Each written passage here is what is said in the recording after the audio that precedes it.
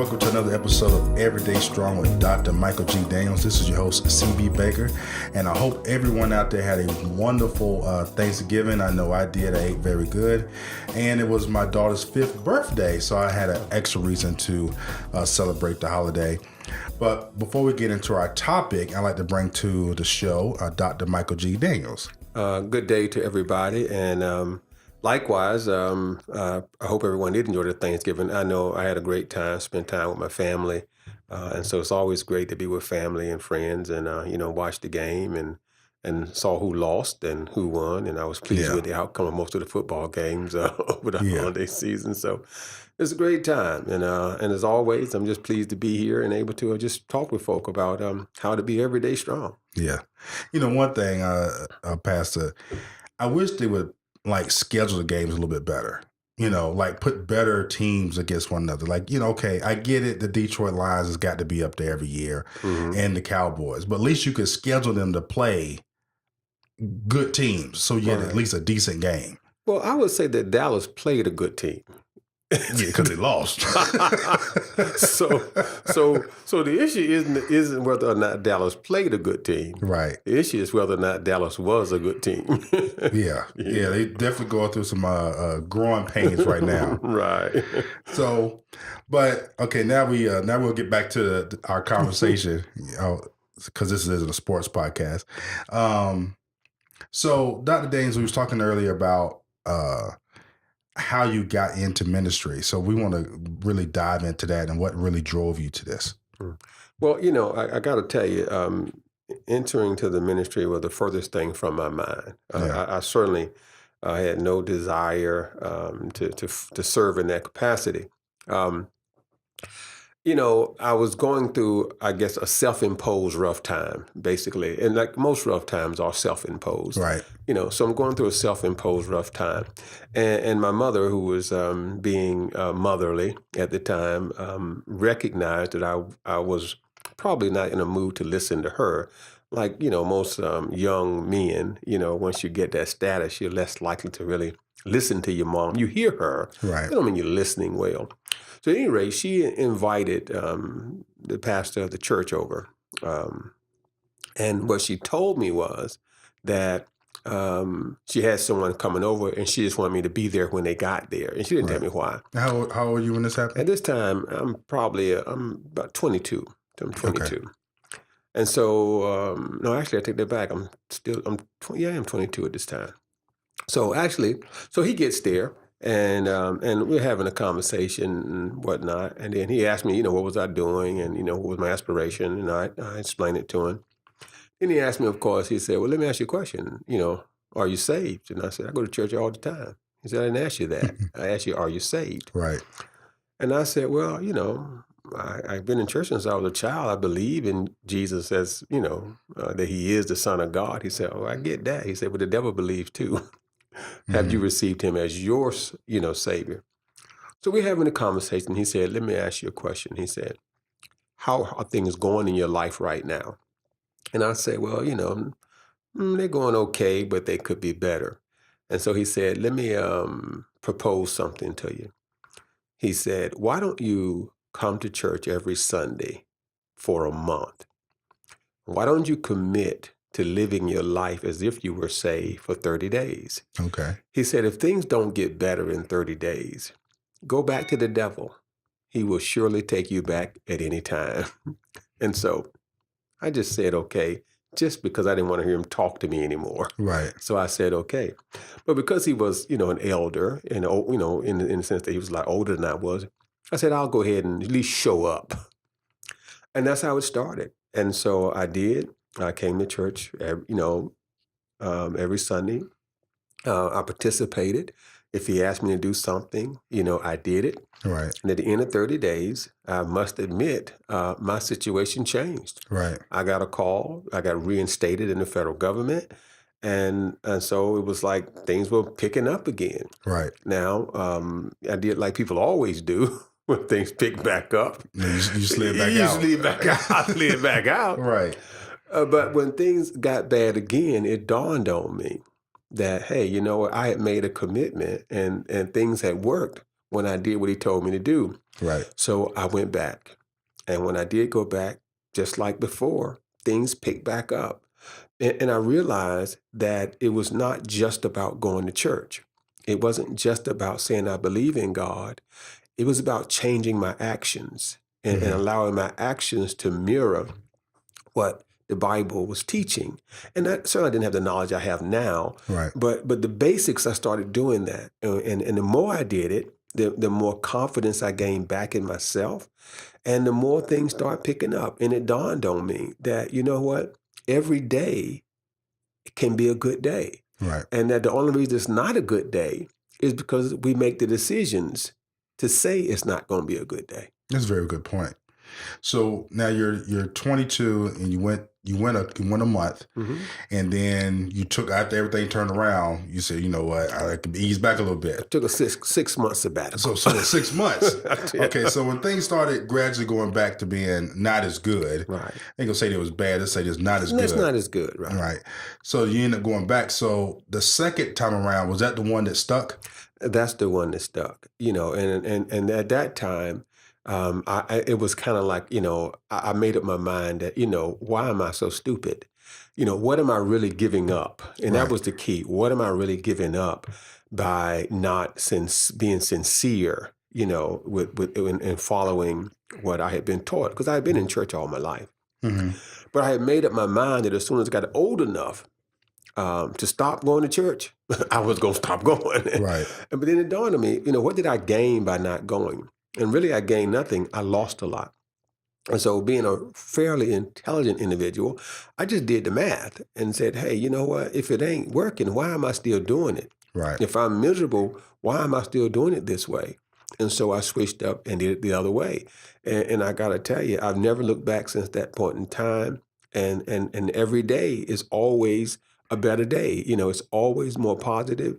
I'm always moving forward. I can honestly say I have never had a setback since I have been committed to serving and being a positive force the way the scripture outlines it. And I'm not. That's not to say that I have always obtained more financial wealth, because like most people, when there were financial downturns, there were financial downturns. But what I'll say is this: I never suffered personally because of it. Right. When one door closed, another one opened, and I mean opened immediately. And so what should have been a bad thing for me always ended up being a great thing for me. And I'll give you a classic example, and this is, of course, down the road a piece. And many people know that, I'm a private pilot. And so I thought to myself, you know what? I want my own plane. And of course, most folk would say, fool, what you going to do with a plane? Because Right. the same thing you do with a boat. Right. It's just like, because most black folks, they got planes. well, but they'll buy a boat though, That's right. So I said, hey, let me get a plane. Anyway, when the market dipped, and we had the housing bust, right? Which really should have been a bad time because I had some real estate holdings. But I was looking on the internet and I saw where this guy was selling a plane. So I go down there to talk with him, and his wife had said, because he was in real estate, either get rid of one of three things has to go: the plane, the boat, or the house. He said, I can sleep on the boat. I can't sleep on the plane. Now, he hadn't finished paying for the plane, but she said it's got to go. Right. So he said, I don't need you to pay me what I paid for it. I need you to pay me what I owe on it. Oh. Yeah. Right. So what was a downturn ended up being a blessing for me. Right. And that's what the Bible says, is that if we follow God, those things that others have stored up, we will be able to take advantage of. And that's how it's always been. Ever since I made that commitment, that's how it's always been. So like I say, every day is always a good day. Not that bad things don't happen, but they end up somehow, I get good from it. Right. And then also end up being a blessing for the guy that you bought the plane from. Hey, absolutely. Because now he didn't have that payment anymore. Right. And I was able to get a plane for about 2/3 of the value. Right. I mean, what it would have cost me had I bought it outright. Right. So I got another question. So is the church that you went to, is that the same church, Enoch Baptist? It's the same church. I went to Enoch when we were a very small church, Dr. E.C. Walton. was the pastor. And what he said to me at that time was, he said, well, you probably, well, I was in college, and he said, what are you planning? You plan on finishing up? I said, of course I do. And I finished college, and he said, well, you ought to consider going to seminary. And because he apparently saw something in me in that Right. regard. And so initially I was hesitant, but I did. Wasn't easy because by then I'm married and have children. Right. But I went to seminary and graduated, and again, it just always worked out well. So how old are you now at this point? Currently, 59. No, not now. Oh, At the okay. point in the Oh, story. at that time, I was probably about 25 when I went to seminary. Okay. About 25. And, or maybe a little older. I take it back, I was older because I got my master's when I was 26. So I was about 27 at that time. Okay. And, but what happened also was that right when I was in seminary, he retired. Hmm. And so he called me in one day and said, I'm going to retire, and I want you to plan my retirement. And I'm like, well, okay, I'll do that for you. And I planned his retirement because at the time, another church was asking me to come and pastor. Okay. And so when he told me to plan his retirement, I just paused a little bit, planned his retirement. And then I happened to be out of town one day, and I got a call from one of the members of the church and said, I heard you was going to be another church. And I said, yes. And she said, well, if we select you, will you stay home? Right. And I said, sure. So I stayed home. Wow. And that's how I became the pastor. At that time, we had I say our average attendance was about 25 members. So that fast, you went from 22 to 27, 28-ish. Mm-hmm. You end up being a pastor of a church. Right. Uh-huh. Yep. So you went from, you knew the like basics of church. Right. Well, I mean, because I worked with him. I mean, I'm saying I started seminary about that time, but I served under him for 3 years. Gotcha. And as his assistant, for 3 years. Now, did I know church? No, because serving under a pastor does not tell you what it is to be a pastor. Right. It's just like someone who's your assistant has no clue to what you really do. Right. They think they do, right, but they don't. And so like most people who are serving as someone's assistant, I thought I knew, but I didn't really learn it until I became the pastor. So what was one of the biggest things that you thought you knew that you had, basically you was completely just blindfolded to what really went on? I think one of the things that confused me the most is I expected people to somehow not be people. Okay. I expected people to somehow be, I guess what you might see in the movies kind of thing. Like, when I heard people testify and they say, I got saved and I mean, God just took the taste of alcohol right out my mouth and Right. took the smoking right out my mouth and da-da-da-da. And that's what I was expecting, because I really hadn't counseled people yet. I really didn't see people, the realness of people. What Right. I saw is the praise that went on inside the church. Right. Once I became the pastor, what I realized is that the church is, and this is it's not something that I faulted myself. I'm repeating something another pastor told me Mm-hmm. that I realized was true. The church is like a hospital. It is a place where people go when they are sick. And no hospital is filled up with people who are healthy. Right. Every hospital is filled up with people who are sick, who need care, who need surgery, Right. and oftentimes never recover fully from their ailment. Right. That's what the church is. It's a group of people that come because they need help. And so the church is filled with sick people.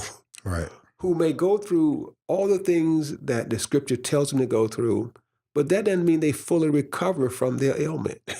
Yeah. And so that I had, but when I got it, Right. That's what the church is filled with. So things that used to disappoint me about people changed. And I realized that, hey, you know what? These are the same folk that used to be in the club. Right. Now they're in the That's right. church. Their desires haven't changed. Yeah.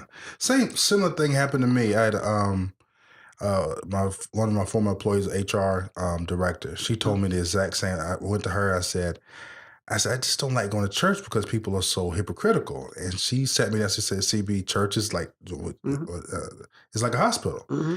And then when she broke it down to me like that, it changed my paradigm, so to speak, my point of view. Right. I was like, yeah, you know what? You're right. So everybody in here, I'm assuming that everybody's in here is perfect, and it's so farther from the truth, it's not even funny. Right. No one. In fact, here's the other thing. If you studied the Bible, here's what you find, that no one was perfect. Right. In fact, what the Bible does is it outlines the imperfections of people. I mean, that's really, if you really study the people in the scripture, it really highlights their imperfections and not their perfections.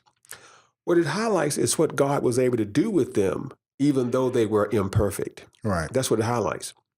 So that's been my mantra, is that these people, when you look at their accomplishments, were just phenomenal. I mean, you think about it, phenomenal accomplishments, but yet they had all these imperfections.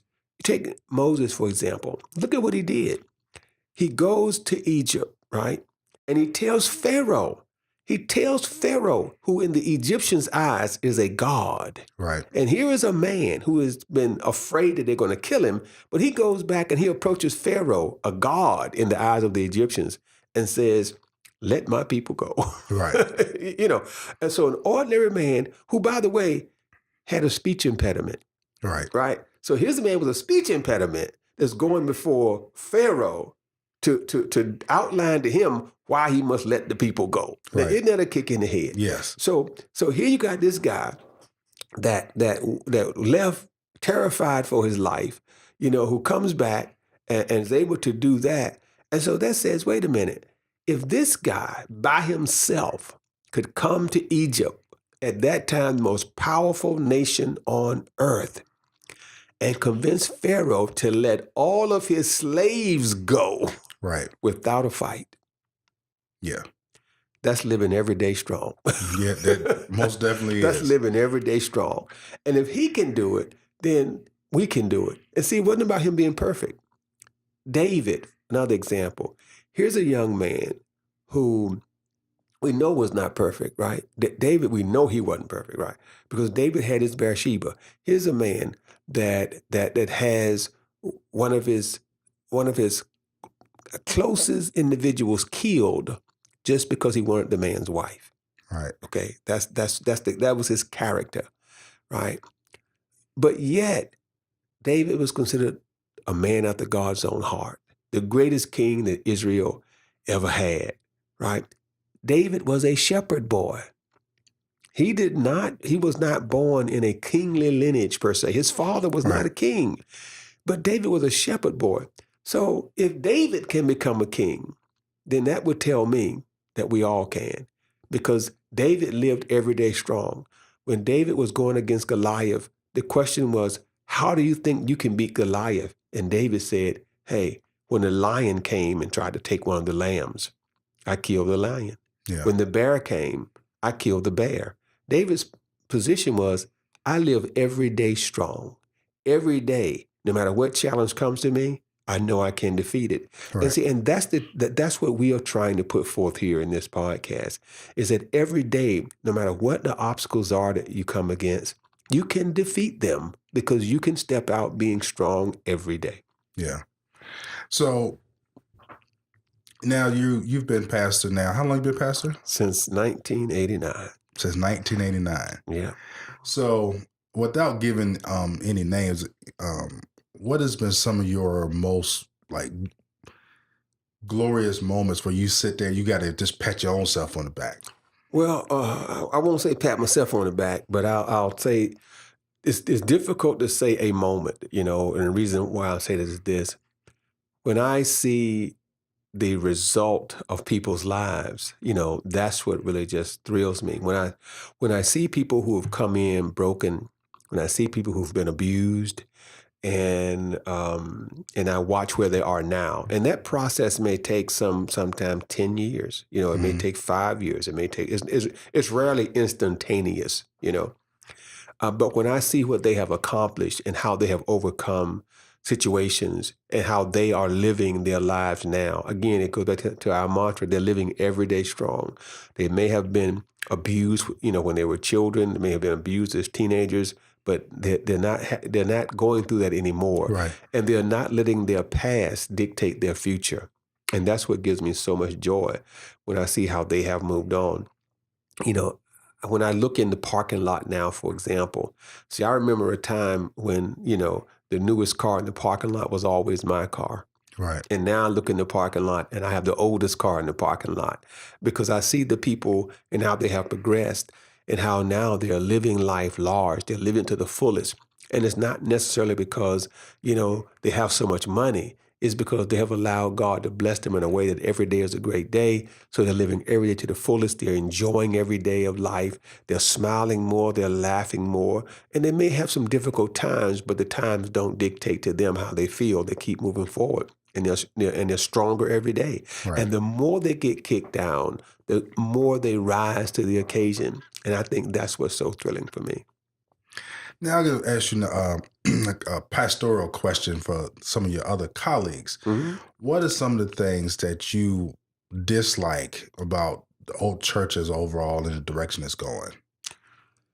To me, the church has gotten to a point where we have brought too much of the world into the church, where the primary focus is not on helping people build their lives, but the primary focus is on building a bigger church for the sake of building a bigger church. Gotcha. And so the focus has gotten off of the people, but focus is now on the pastor and how he can be a prominent figure and these kinds of things. So I think that to me is the most disappointing thing about the church today. But I realize that pastors are human too. Right. We all have our faults. And even through those faults, the beauty of it is that God still takes that fault and still makes it so that he gets the glory. And so even though I don't appreciate how some of the way the church is moving forward, I do marvel at still how God operates even through all that, And that's not everybody. Everyone that has a big church doesn't have a big ego, right? Because there are some folks that have small churches that have big egos. Yeah. They have 5 names or 5 titles, Right. They're bishop, apostle, doctor, or they be standing up there asking for the oil to anoint somebody. Yeah, and they got all these different titles. They haven't gone to seminary school, but yet they, the doctor so and so. Right. They're calling themselves bishop when they don't have several churches under their leadership. Right. And they'll say, I'm international now. Because one of their members happens to be in the military and stationed in Afghanistan, these kind of things, which, right. That's putting the focus on the wrong place to me. And I think that's what's sad. That those type of people that's doing that is bringing down or watering down the brand, so to speak, of everything? Well, I think the church has always been under attack. So I don't think they are responsible for the attack of the church because it's always been that way. The enemy of the church is not going to sit down and be still. That we can take to the bank. So right. It's always been throughout the history of the gospel. There have been attacks on the church. There have been people that said the church was not doing its job. So I don't blame them for that. It's just I guess what I would call a flaw in personality that right. they have. But again, they're not alone in having flaws. We all have flaws. I have flaws. We all have flaws. Right. Those are just the ones that I think cause the church to sometimes get a bad name. It allows right. the enemy of the church a mechanism to put the church down when the person themselves are not bad. Just because I call myself all these titles don't mean I'm a bad person. Right. I may even be doing a lot of good. But if the way I position myself gives people a reason to bring me down, that can kind of harm things, Right. Just like, for example, some churches have Jersey Day, for example. Right. Everybody wear a football jersey. Nothing wrong with it. Not one thing wrong with it. But it gives people a reason to say, well, I thought it's supposed to be worshiping God. Right. Are they worshiping their teams? Or are they worshiping God? Right. Now, the clothes you wear has nothing to do with, what you worship. Right. But it's, I'm just saying, and again, don't want anybody to get mad and call in and complain. I'm not saying that's a bad thing. I'm just saying it opens the door for criticism. Yeah, it definitely does. So now with one thing I have noticed that you don't do, and we have sat in meetings, and I've even as the pastor, we've got to do this. You got to put it on the board. One thing I will say, I can count on one hand how many times you've asked for money from the pulpit. I don't believe in begging for money. Yeah. Number one, I just don't believe. See, I don't think that it is my responsibility to ensure that the church thrives, and that I don't. And I got that from my pastor, who's passed, the founder of the church. Right. And speaking to him, now this is not what he did, but this is what he told me to do. Put it out there right now, because I love Dr. Walton. But Dr. Walton would pass the plate around minimum of 5 times for offering. That was a minimum. Wow. We've gotten up to 7 or 8 times. Okay. As a matter of fact, one of my friends counted one time and said, "Brother, y'all passed the plate around 10 times today." Okay. Wow. So he would pass it. But here's what he said to me one time. And I was, kind of disenchanted and complaining. And he said, "Jesus said to Peter, 'Feed my sheep.'" He said, "Do you understand what that means?" I told him I did. And so he said it again. "Do you really understand what that means?" And then finally I said, "No, tell me." He said, "Why are you complaining about sheep that don't belong to you?" Right. He said, "Jesus told Peter, they're not your sheep, they're mine. Your job is to feed them." He told Peter, "Upon this rock I build my church, and the gates of hell should not prevail against it." See, if it's God's church, the gates of hell will not prevail against it. If it's my church, right, problems can arise. So my belief is, it's God's church. I'm going to keep it in God's hands. But you don't seem to be connected to the... It's in God's hands. And so since it's in God's hands, then I don't have to beg for money. God will provide. And that's just the way I've always looked at it. And again, nothing wrong with, what other pastors do. That's their thing. I always try to tell people, here are the programs we're trying to run. This is what we're trying to do. Right. And the Lord don't touch your heart. The Lord don't touch your heart. And we're going to move on. Yeah. That's very good. So anything else that you like to bring to this episode before we close out? Well, I'll tell you one thing I would like to just stress to our listeners, and that is simple. A part of living everyday strong is recognizing what you're living for. And I think for many people, a part of the problem is they live for themselves. Right. If you live for yourself, you're always miserable. And so what I would encourage people to do is stop living for yourself and live to better somebody else. Make it your mission to make those around you better. You'll get more joy out of life, and you will find that you will accomplish more, but it also always comes back to you. At the end of the day, we all will die. That's what we know. And you don't want to die and no one cares. Right. Then your reason for being here has not been met. So I say one of the key factors of living everyday strong is using your strength to help other people so they can be strong. Well, you heard it from the pastor. Make sure you help other people. This is your host, C.D. Baker. Next time.